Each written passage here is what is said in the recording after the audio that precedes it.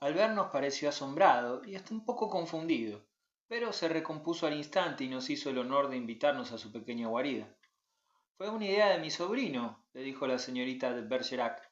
Paseábamos por el parque y vio luz en su ventana. Ahora que estamos aquí, Chevalier, ¿qué propones que hagamos?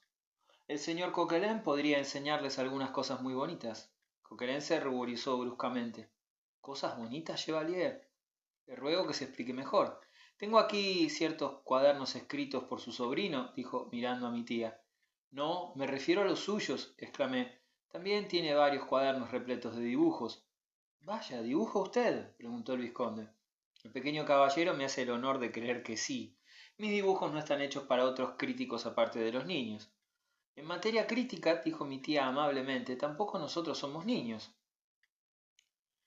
Sus bellos ojos, mientras hablaba, eran tan amables como su voz. Coquelin la contempló. Tenía una muy pobre opinión de sus dibujos, pero no quería rechazar el primer pedido de ella. Enséñanoslo en cualquier caso, dijo el vizconde, en forma un tanto perentoria. En aquellos tiempos, verá usted, se esperaba de un hombre que ocupaba un puesto como el de Coquelin que pusiera todo su talento y sus facultades a disposición de su amo, y se tenía por un imperdonable acto de arrogancia que cultivase cualquier arte solo por placer personal. Si Coquelin se negaba a enseñarnos sus dibujos, el vizconde podría pensar que era indigno de su ocupación, que principalmente constituía en instruir y divertir a los habitantes de Bergerac. Coquelin se dirigió pues a un pequeño armario empotrado en la pared y retiró de allí tres álbumes y dos carpetas de trabajo. La señorita de Bergerac se sentó en la mesa y Coquelin, tras acercar una luz, dispuso las ilustraciones y las fue exhibiendo ante ella, una tras otra, dando las explicaciones que estimaba necesarias en cada caso. Solo conservo impresiones infantiles acerca de esos dibujos que a mis ojos desde luego resultaban prodigiosamente hábiles. Ignoro cuál era la valoración de mis compañeros, aunque los recuerdo bastante interesados. El vizconde probablemente sabía distinguir un dibujo bueno de uno malo y proclamó afablemente que mi tutor poseía mucho talento. Coquelin había dibujado de todo, desde campesinos a criaturas brutas, paisajes y tipos de parisiens, cosas vistas tanto en la alta sociedad tanto como en los bajos fondos, pero las mejores piezas de la colección eran una serie de bocetos y reminiscencias de sus aventuras en el ejército estadounidense y algunas escenas y episodios de los que había sido testigo en las colinas. En su mayoría, los dibujos eran algo rudimentarios, pero poseían abundante fineza y personalidad. El señor de Trioul se rió del precario equipamiento militar de los ancestros de usted. También había unos bocetos de las tropas enemigas que Coquelin, al parecer, no había temido escrutar con suma atención. Y en eso estaba él, enseñándole sus dibujos a la señorita de Bergerac, cuando el vizconde tomó una de las carpetas y, tras una breve inspección, sacó de allí, con un grito de sorpresa, un gran retrato efectuado con pluma y tinta. «Tiens», dije yo, «es mi tía». Coquelin se puso pálido. La señorita de Bergerac lo miró y se ruborizó levemente. En cuanto al vizconde, su cara jamás cambiaba de color. El parecido era innegable y Coquelin debió pagar el precio de su habilidad. No sabía, dijo al azar, que ese retrato estaba en la carpeta. ¿Se reconoce en él, mademoiselle? Ah, soltó el vizconde con sequedad. El señor Coquelin intentaba esconderlo. Es demasiado bonito para que lo esconda, dijo mi tía, y al mismo tiempo demasiado bonito para que lo muestre. Es halagador. ¿Por qué dice que se siente halagada, mademoiselle? Quiso saber Coquelin. No lo hice para que lo viera usted. He aquí lo que sucede, mademoiselle, terció el vizconde, cuando se es dueña de una belleza tan deslumbrante. Su hermosura impregna el mundo entero. ¿Quién sabe dónde se verá reflejado la próxima vez? Por bonito que fuese este halago dirigido a la señorita de Bergerac, también era indudablemente un ataque a Coquelin. La muchacha imaginó cómo debía de sentirse este último, por lo que se incorporó y dijo con un ligero temblor en la voz: «Mi belleza sería muy poca cosa sin el talento del señor Coquelin. Estamos muy agradecidos. Espero que lleve al castillo sus dibujos, así podremos admirar el resto». «¿Dejará esto en manos de él?», preguntó el señor de Treuil blandiendo el retrato. «Si el señor Coquelin quiere dármelo, lo aceptaré muy dichosa». «No hay que tener retratos de uno mismo», dijo el vizconde. «Quizás debería quedármelo yo». En aquellos tiempos previos a la invención de las sublimes máquinas que reproducen el rostro humano, un joven se sentía feliz de poseer un retrato de su amada. Coquelin, sin embargo, no tenía intención alguna de enriquecer la galería del vizconde. Discúlpeme, dijo muy cortésmente, mirando los ojos del vizconde, este boceto no es suficientemente bueno para la señorita de Bergerac y es demasiado bueno para cualquier otra persona. Y después de arrancarlo de las manos del señor de Treuil, lo rasgó en dos y le prendió fuego con la llama de la lámpara. Volvimos en silencio al castillo. El salón estaba vacío. Mientras entrábamos, el vizconde tomó una vela encendida que reposaba en una mesa y la acercó a la cara de mi tía. «Parbleu», exclamó, «el vagabundo este la ha observado sin pasar por alto el menor detalle». La señorita de Bergerac dejó escapar una risa cargada de confusión. «En todo caso», repuso, «para hacerlo no tuvo necesidad de acercar una vela encendida a mi rostro». Y dicho esto, apagó de un soplo la llama. «Voy a buscar a mi hermano», añadió, dispuesta a irse. «Un momento», suplicó el enamorado. «No la veré durante algunas semanas. Me marcho mañana con mi tío. Pensaré en usted todo el día y soñaré con usted de noche. Dudo mucho que usted en todo ese tiempo piense en mí». La señorita de Bergerac sonrió. Dude, eso le ayudará a pasar el tiempo. Sin otra cosa que la fe, se le hará muy largo y pesado. Es terrible, prosiguió el señor de Treuil, que yo tenga que hacerle tantas promesas y que usted no me haga ninguna. Yo doy aquello que pido. Entonces, por el amor de Dios, pídame lo que sea. Sus gentiles palabras son todo lo que yo quiero. Dígame a cambio, pues, alguna palabra gentil. ¿Qué debo decir, vizconde? Diga que me esperará. Estaban de pie en el centro del salón y sus siluetas se reflejaban por obra de un par de velas en el brillante suelo del parquet. Mademoiselle de Bergerac, con aire agitado, se apartó unos pocos pasos. Luego, girándose, preguntó con voz grave: «Vizconde, ¿usted realmente me ama?» «Ay, Gabriel», exclamó el joven, «dudo que alguna mujer pueda oír sin un feliz escalofrío de orgullo su nombre de pila pronunciado por primera vez tal como lo pronunció esa noche el pretendiente de la señorita de Bergerac». «Muy bien, señor de Treuil», dijo ella, «esperaré». 2. Recuerdo con claridad los incidentes de ese verano en Bergerac, o por lo menos el ambiente y el tono general. El clima era cálido y seco, vivíamos con las puertas y las ventanas abiertas. El señor de Coquelin sufría mucho por el calor y a menudo, durante días enteros, mis lecciones quedaban interrumpidas. Entonces dejábamos de lado los libros y dábamos largos paseos por el campo. Mi tutor me seguía de modo totalmente incondicional y no permitía que me alejara del alcance de su voz. A mí me encantaba pescar y a menudo pasaba horas sentado como un anciano, con las piernas colgando a la orilla de nuestro exiguo arroyo, mientras aguardaba paciente un pequeño mordisco que rara vez llegaba. Muy cerca de mí, a la sombra, tendido cuán largo era sobre la hierba, Coquelin leía y releía algunos de sus 6 poetas griegos y latinos. Siempre que nos alejábamos de la casa nos acercábamos a pedir comida a la cabaña de algún paisano vecino. A cambio de una moneda obteníamos pan y queso y unas frutas que nos calmaban el hambre hasta la cena. Los campesinos, por tontos o pobres que fueran, siempre nos daban una muy amable acogida, más que nada por consideración a Coquelin. Mi tutor sabía tratarlos con familiaridad, lo cual les hacía sentir, creo, que, aunque él no era en rigor uno de ellos, al menos estaba más cerca, por raigambre y simpatía, que el futuro barón de Bergerac. A lo largo de estos paseos, Coquelin me dio un montón de buenos consejos y sin pervertir mis modales señoriales ni inculcarme idea alguna que pudiera traicionar mi rango o mi posición, encendió en mi pecho infantil una pequeña llama democrática que nunca se extinguió del todo. Me enseñó la belleza de la humanidad, de la justicia y la tolerancia, y cada vez que detectaba en mí la precoz tendencia a hacer valer mis derechos señoriales por encima de los derechos de los miserables campesinos con que nos topábamos, me propinaba una buena paliza moral.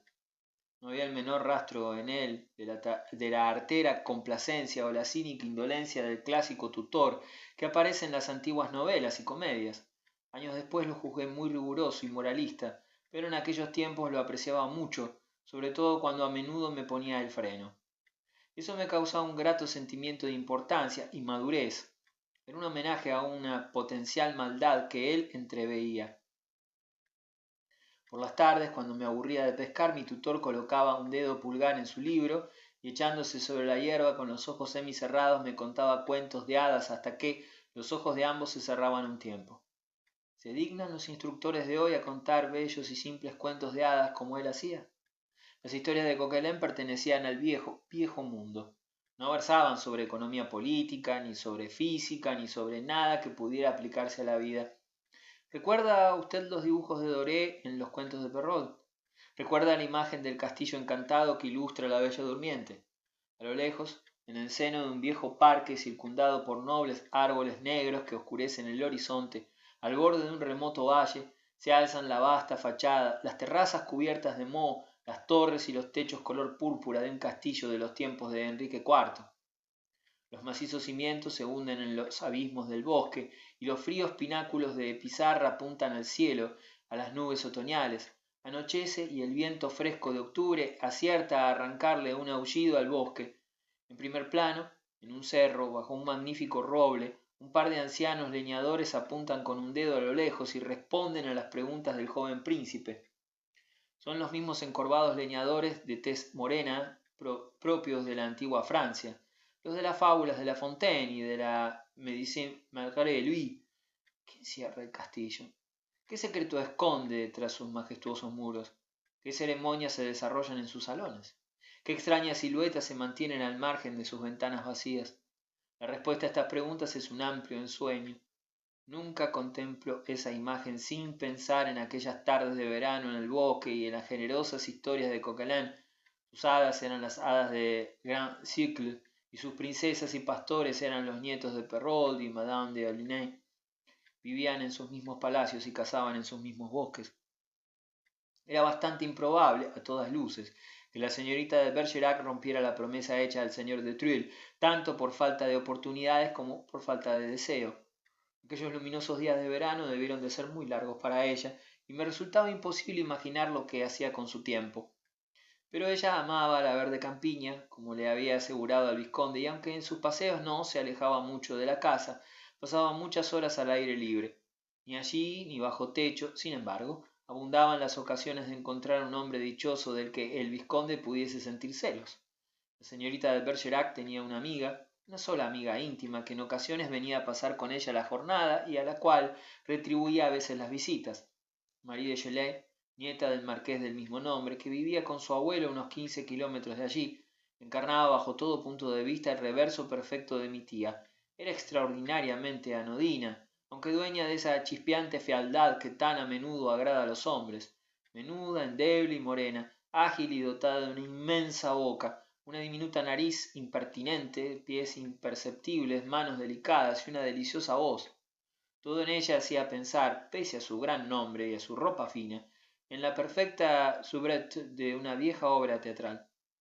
Con harta frecuencia, en efecto, se la comparaba con dicho personaje por su modo de vestir y comportarse. Una gorra, una bata y una enagua le bastaban. Esto y sus osados ojos negros eran suficientes para encarnar a ese modelo de impertinencia e intriga. Criatura sumamente frívola, llegó a hacerse famosa años más tarde, después de casarse, por su fealdad, sus ocurrencias y sus amoríos, pero tenía buen corazón, como lo muestra su sincero afecto por mi tía.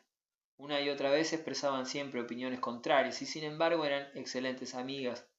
Si mi tía quería pasear, la señorita de Chalet deseaba quedarse sentada. Si la señorita de Chalet tenía ganas de reír, mi tía deseaba meditar. Si mi tía deseaba hablar de religión, la señorita de Chalet prefería hablar de chismes y de escándalos. La señorita de Bergerac era, no obstante, quien solía imponerse y dar el tono.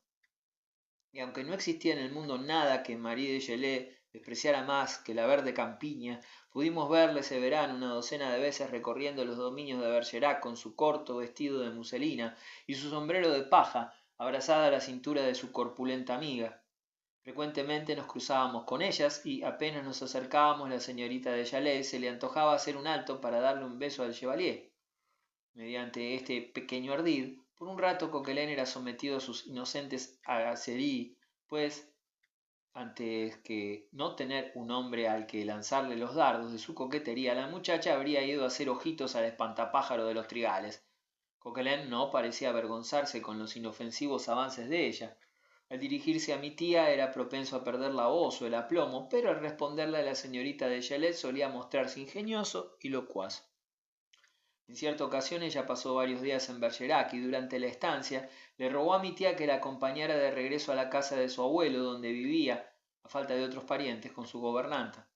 La señorita de Bergerac rechazó la invitación con la excusa de que no tenía un vestido adecuado para tal visita, tras lo cual la señorita de Chalais acudió a mi madre, suplicó que le obsequiara un antiguo vestido de seda azul y con sus manos hacendosas logró adaptarlo a la silueta de mi tía.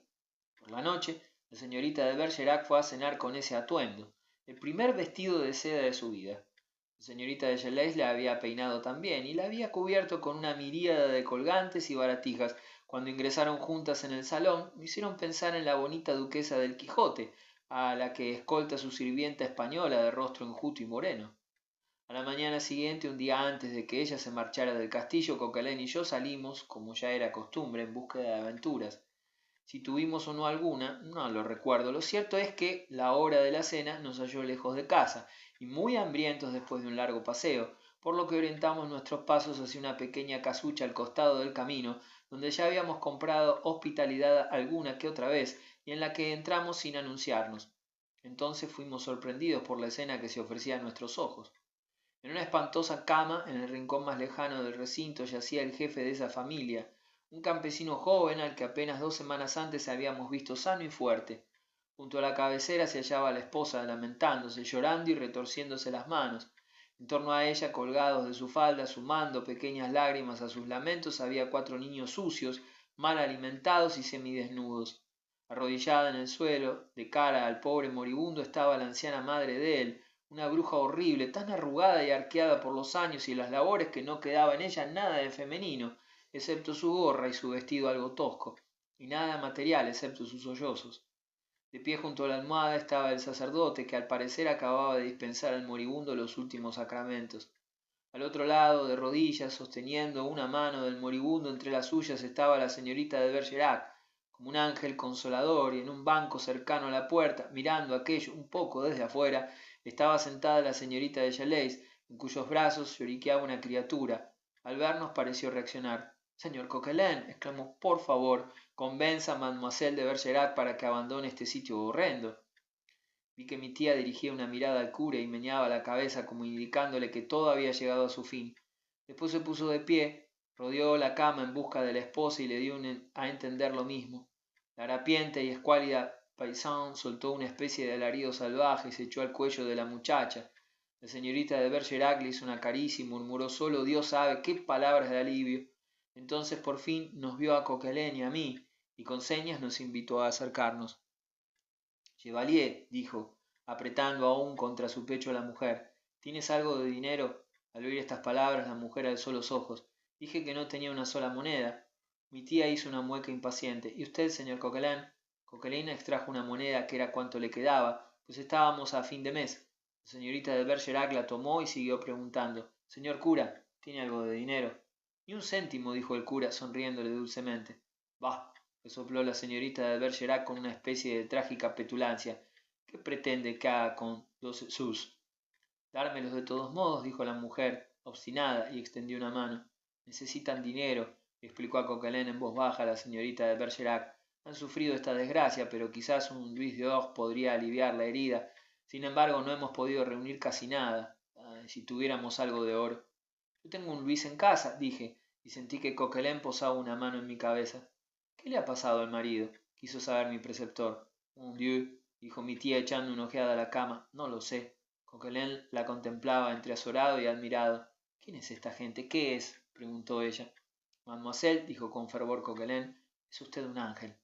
Ojalá lo fuera, respondió ella humildemente, y buscó con la mirada a la anciana madre del muerto.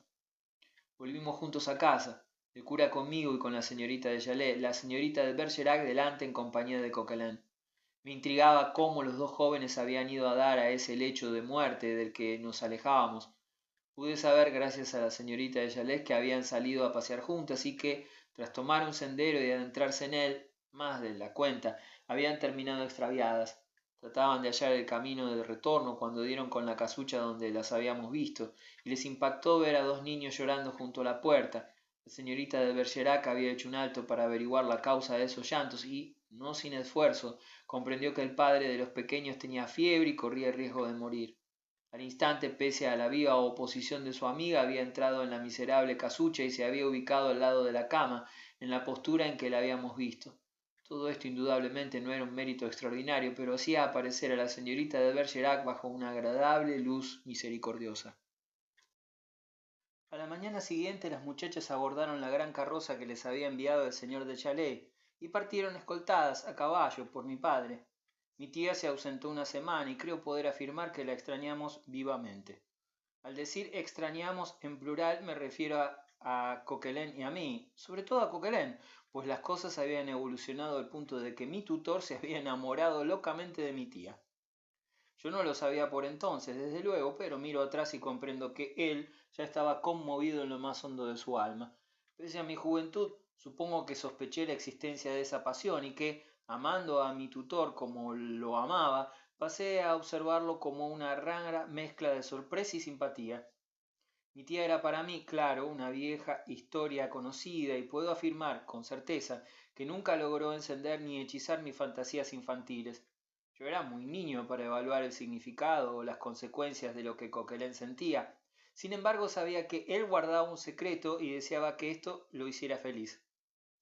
Él custodiaba el secreto con tanto celo que yo habría osado desafiar a mis mayores a ver si podían descubrir el indicio más mínimo, pero en la simple compañía de un chico de 10 años, creyéndose a solas y a salvo de cualquier escrutinio, Coquelin mostraba abiertamente su enamoramiento. Se le veía ausente, agitado, inquieto. A veces se sumergía en lánguidos ensueños, otras se movía sin cesar con una exaltación rayana en la esperanza, aunque dudo que sintiese una verdadera esperanza, porque esa pasión tenía que resultarle tan audaz como un acto criminal. La ausencia de la señorita de Bergerac le mostraba, imagino hoy, que haberla conocido constituía el principal acontecimiento de su vida, que verla frente a él en la mesa, que oír su voz o sentir el rumor de sus pasos, que pasar junto a ella y captar su mirada suponían una dicha profunda, sanadora, consoladora. Su ausencia le revelaba la fuerza con la que ella había conquistado su corazón, y según creo, él se sentía medio aterrado por la vehemencia de esta pasión. Cierta noche, no habiendo vuelto todavía la señorita de Bergerac, me senté junto a la ventana a fin de que Coquelin me asignara la lección para el día siguiente. Mi tutor no cesaba de moverse entre las sombras. Por fin me dijo con brusquedad: Pequeño Chevalier, ¿qué haría usted si me viera obligado a abandonarlo? Mi pobre corazón se detuvo un instante. ¿Abandonarme? Pregunté consternado. ¿Por qué razón? Bueno, usted sabe que no he venido a quedarme para siempre, pero ha venido a quedarse hasta que yo me haga adulto. ¿No le agrada este lugar? Muchísimo. ¿No le agrada a mi padre? Su padre es un hombre excelente. ¿Y mi madre? Su madre es una gran mujer. ¿Y yo, Coquelin? Usted, Chevalier, no es más que un pequeño inútil, sonrió. En ese preciso momento, un instinto irracional me hizo pensar que su idea de abandonarnos tenía que ver de algún modo con la señorita de Bergerac. ¿Y mi tía? Le pregunté. ¿Su tía? ¿A qué se refiere? ¿No le resulta agradable? Sin moverse, Coquelin me estudió de arriba abajo. Durante unos minutos no abrió la boca, luego se sentó a mi lado, en el antepecho de la ventana, y posando su mano sobre la mía, me dijo: Chevalier, debo decirle algo. ¿Y bien? Dije tras haber esperado unos segundos. Uno de estos días será usted un hombre adulto, y yo ya me habré marchado. Aprenderá muchas cosas que hoy ignora. Aprenderá cuán ancho y extraño es el mundo y qué criaturas curiosas son los hombres y las mujeres. Cuán fuertes y cuán débiles son, cuán felices y desdichados. Aprenderá cuán variados son los sentimientos y las pasiones que vive el hombre y su poder para causar alegría o dolor. Será usted el barón de Bergerac, el amo del gran castillo y de esta pequeña casa. Estará algunos días orgulloso de su título y otros, cuando se sienta muy triste, no le parecerá más que un título sin importancia. Pero no serán nada su orgullo y su pena comparados con el hecho de que un día, en la cumbre de su juventud, su vigor y su belleza, conocerá usted a una mujer a la que amará por encima de todas las cosas, de su apellido, de sus tierras, su juventud, su propia belleza y su virilidad. Esto le sucede a cada uno de los hombres que pueblan la tierra, especialmente a los buenos, y sé que usted será más bueno que ninguno. Sin embargo, la mujer que usted ha de amar se hallará fuera de su alcance. Será una princesa o, ¿por qué no?, la mismísima reina. ¿Cómo puede pretender un humilde y simple varón que lo tome en cuenta una mujer así? Estará usted dispuesto a dar la vida a cambio de una sola caricia de la mano de ella, pero ¿le importará a ella que usted esté vivo o muerto? Maldecirá usted su amor y lo bendecirá a la vez, y quizás, al no tener que ganarse la vida, vendrá aquí y se encerrará con sus sueños y sus sentimientos. Sí, vendrá acaso a este mismo pabellón a sentarse aquí a solas a la hora del crepúsculo, y entonces, Chevalier, recordará esta noche, recordará que yo le predije todo, que le di mi bendición por adelantado y que lo besé. Tras esto se echó hacia adelante y pude sentir sus labios abrasadores en mi frente. No entendí ni media palabra de lo que decía, pero, ya fuera porque me aterró el cuadro de la posible insignificancia de un barón de Bergerac, ya fuera porque me atemorizó vagamente la solemne gravedad de su voz, empezó a brotar de mis ojos un suave torrente de lágrimas. Mi tristeza tuvo como efecto inducirlo a que dijese que no tenía intención alguna de marcharse. Solo años más tarde, desde luego, volviendo a rememorar la escena, comprendí que, con aquel impulso de partir cuanto antes, él deseaba poner fin a su imposible pasión por la señorita de Bergerac. Sin embargo, no pudo reunir el coraje para hacerlo. Al cabo de una semana ella volvió cierta noche mientras todos cenábamos. Entró con el señor de Chalais, un amable anciano que había tenido el gesto de acompañarla. Nos saludó uno por uno y le hizo un gesto con la cabeza a Coquelin.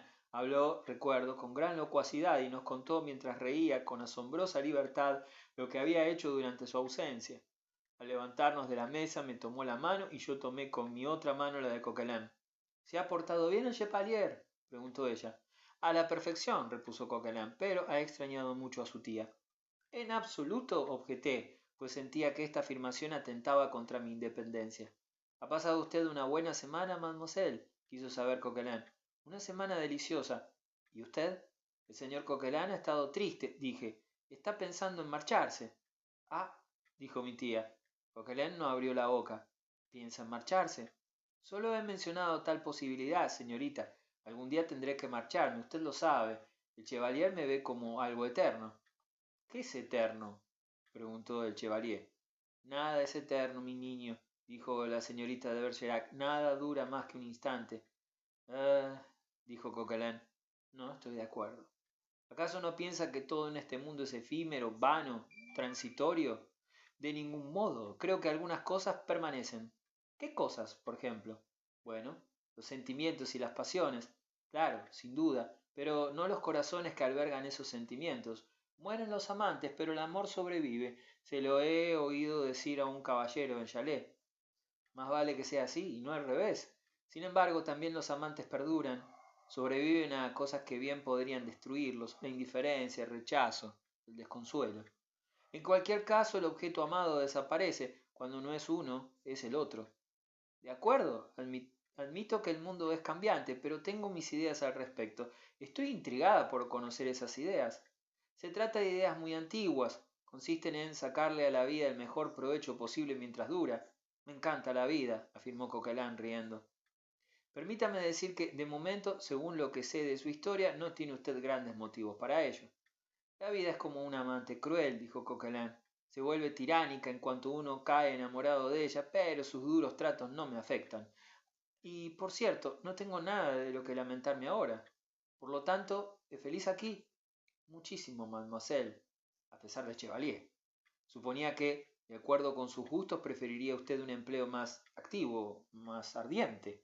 Mon Dieu, mis gustos son muy simples. Y aparte, la felicidad, cela ne se raisonne pas. No la encontramos cuando la buscamos, como la fortuna. Llega mientras uno duerme. Me parece, dijo la señorita de Bergerac, que yo nunca he sido feliz del todo. Qué triste, se lamentó Coquelin. La joven soltó una risa y añadió, pero tampoco he sido desdichada. Santo cielo, eso es todavía peor. Pero no tema, ya llegará. ¿Qué llegará? Aquello que es, a la vez, una bendición y una maldición. La señorita de Bergerac titubeó un instante. ¿Y qué es esa cosa tan singular?, quiso saber. Coquelin guardó silencio. Por fin dijo, cuando ocurra ya me dirá usted qué nombre le adjudica. Una semana después de este diálogo, a la hora del desayuno y a raíz de una petición mía, Coquelin le solicitó a mi padre que le permitiera llevarme a visitar las ruinas de un antiguo castillo feudal situado a unas 4 leguas, un castillo que él había visto y explorado mientras recorría la región de camino a Bergerac, y que, por cierto, si bien el gusto por las ruinas no era entonces tan usual como lo fue a partir de la Revolución, evento que suscitó este gusto, en buena medida, Gozaba en aquella zona de cierta notoriedad. Mi padre dio su gentil consentimiento y, como la distancia era mucha para cubrirla a pie, puso a nuestra disposición sus dos viejos caballos de carroza. Usted sabe a la perfección que, aun cuando he presumido en forma infantil de que la ausencia de mi tía me había sido indiferente, en rigor la quería mucho, tanto que me dije que nuestro paseo sería más espléndido aún si ella se unía a la partida. Así pues, llamé a mi padre y le pregunté si le concedería a la señorita de Bergerac permiso para acompañarnos. Ignoro lo que el varón habría hecho de haber decidido aquello a solas, pero por suerte, para nuestra causa, mi madre exclamó que, a su juicio, era muy inaceptable que su cuñada viajara 30 kilómetros en compañía solamente de dos hombres jóvenes. Uno de ellos es un niño, dijo mi padre, y por si fuera poco, su sobrino. En cuanto al otro, aquí rió con brusquedad, pero siempre de buen humor. El otro es Coquelin. Coquelin no es un niño y mademoiselle tampoco, insistió mi madre. Razón de más para que viajen juntos. Dime, Gabriel, ¿quieres unirte? Mi padre, me temo, no se caracterizaba por su ternura ni por sus deferencias hacia la hermana, que el destino había confiado su protección. No obstante, de vez en cuando nacía en él un sentimiento de parentesco y responsabilidad, estimulado por las agresiones de mi madre, quien mantenía con su cuñada un choque de personalidades. La señorita de Bergerac miró fijamente a mi padre y sonrojándose un poco dijo: sí, hermano, iré. El chevalier puede llevarme montada en las ancas de su caballo. Así fue como, en efecto, partimos. Coquelin en un caballo y yo en otro con mi tía sentada detrás.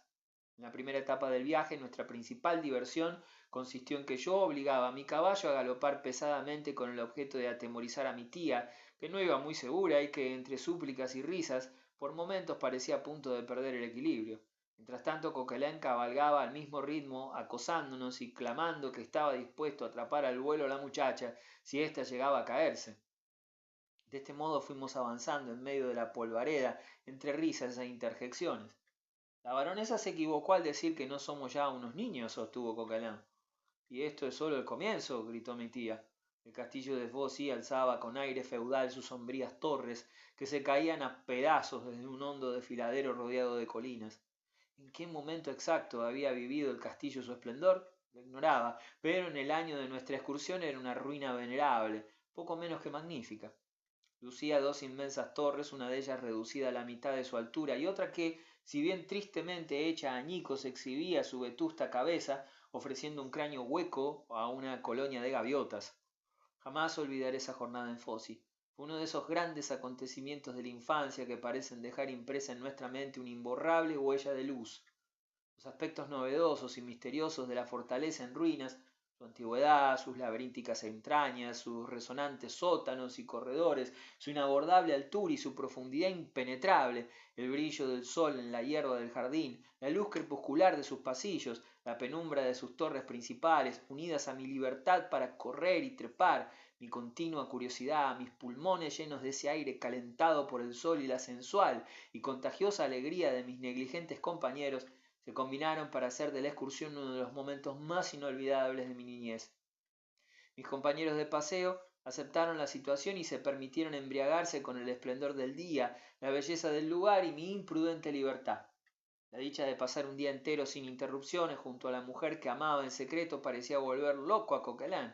Él era todo movimiento, buen humor y risas francas, y sin embargo, esta desbocada alegría se combinaba con una grave dulzura, una reticencia y una como febril actitud reflexiva que una mujer de instintos tan femeninos debía de bastarle como sola prueba de pasión. La señorita de Bergerac, sin renunciar por completo a su natural dignidad ni a su semblante adusto, se abandonó a la indisciplina del momento con la deliciosa energía de una niña. Nuestros primeros pensamientos, tan pronto como Coquelin llevó a pastar a los caballos a uno de los verdes patios del castillo, se orientaron naturalmente a las provisiones, y nuestra primera acción consistió en sentarnos sobre unas piedras dispersas y repartir el contenido de nuestra canasta.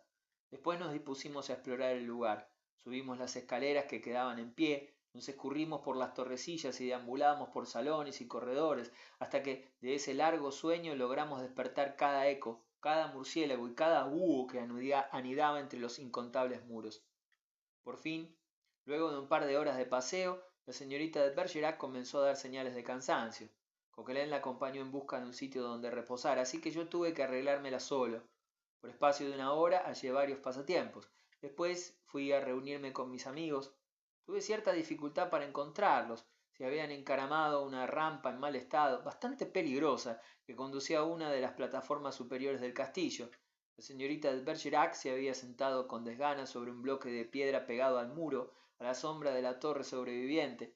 Frente a ella, a plena luz, medio sentado y medio apoyado en el parapeto, se encontraba Coquelin. En la última media hora, mademoiselle, decía Coquelin, cuando llegué, no ha dicho usted ni una palabra. Me he pasado la mañana jugueteando y dando gritos. Ahora tal vez, como reacción, estoy triste. Protesto, dijo Coquelin. Yo también me siento triste. En verdad, esta antigua fortaleza es un paraje sumamente melancólico, repleto de fantasmas del pasado. Huele a tragedia, a congoja y a crueldad. Profirió estas palabras con especial énfasis. Vaya lugar horripilante, añadió con una suerte de escalofríos. La señorita de Bergerac empezó a reírse. Es curioso que solo ahora lo notemos. No, es semejante a la historia de ese pasado del que encarna sus vestigios. A simple vista solo captamos las grandes proporciones, el fasto y el espectáculo, pero en cuanto nos internamos en él y lo exploramos, descubrimos un amplio mundo subterráneo, hecho de iniquidad y sufrimiento. Solo la mitad del castillo se halla por encima del suelo, el resto es sótanos, bóvedas, pasajes tenebrosos y oubliettes. De todos modos, dijo la muchacha, me habría gustado vivir en esos tiempos. ¿A usted no? Sinceramente no, mademoiselle. Y tras una pausa añadió con una amargura irreprimible. Demasiado dura es la vida de hoy. La señorita abrió mucho los ojos, pero no dijo nada. En aquellos viejos tiempos, prosiguió Coquelin, yo habría sido con certeza un campesino pobre y bruto, aplastado por el yugo del trabajo, todo el día con la frente casi apoyada en el suelo, o, en su defecto, habría sido un temblequeante monje gruñón, de esos que hacen ayuno y consumen su alma en el éxtasis de la fe. La señorita de Bergerac se incorporó y se acercó al borde de la plataforma. ¿No había otras opciones por entonces? No para alguien como yo. Como le he dicho, mademoiselle, la vida de hoy en día es bastante dura, pero en aquellos tiempos era directamente un calvario. Lo sé muy bien. Siento en mis huesos y en el pulso de mi sangre aquel horrendo calvario de la desesperanza contra el que debieron luchar mis míseros ancestros. Inés, soy el gran hombre de mi estirpe. Mi padre se ubica en segundo lugar. Él tenía 3 hermanos y cuando se convirtió en el sastre del pueblo todos ellos estimaron que su ascenso había sido prodigioso. Si hubiéramos vivido hace 500 años a la sombra de estas imponentes torres, no habríamos podido escalarlas de ninguna manera. Habríamos permanecido con los pies anclados dentro del barro, y puesto que no soy alguien combativo, supongo que habría entrado al servicio de la iglesia, y que, de no haber muerto de hambre, a buen seguro habría llegado a cardenal. La señorita de Bergerac se apoyó en el parapeto e, inclinando la cabeza con aire meditativo, contempló el pequeño valle y más allá la planicie y el camino principal. En lo que a mí respecta, dijo, puedo imaginarme una vida llena de cosas bonitas en este castillo de Fossey. En lo que a usted respecta, desde luego. Imagine el gran foso allí abajo, lleno de agua y cubierto de nenúfares, el puente levadizo bajando y una cohorte de caballeros a las puertas. Imagine que en su interior, en uno de los salones abovedados de paredes de un exótico entramado de madera, la castellana se dispone a acoger a los caballeros escoltada por sus damas de compañía, su capellán, su médico y su paje enano. Las escaleras retumban cuando ellos irrumpen con sus espadas tintineantes y barren el suelo con las grandes plumas de sus sombreros. Son todos valientes, espléndidos y fuertes, pero uno de ellos, mucho más que los otros, se prosternan unos tras otros ante la dama. Pero él se prosterna 2 veces, intervino Coquelin. Entonces él y ella se alejan, se refugian bajo una de estas troneras y tejen la trama de un amor perfecto. Ah, claro que yo podría imaginar una vida dulce en esos tiempos, mademoiselle, si pudiera imaginarme caballero. Pero no puede, dijo ella con voz grave y sin apartar los ojos. Es un juego inútil. No vale la pena. Pues entonces es usted un cínico. Tiene una opinión tan mala del presente como del pasado. No, está siendo injusta conmigo. Pero me acaba de decir que la vida es muy dura. No hablo en mi nombre, sino en el de otros, mis hermanos y hermanas, mis parientes de todo tipo, la gran masa de petit gens que pertenecen a mi clase. Ya que está, señor Coquelin, podría hablar en nombre de muchos más, de las pobres muchachas sin herencia, por ejemplo. ¿Cree que debo sentir piedad por ellas? La señorita de Bergerac permaneció en silencio.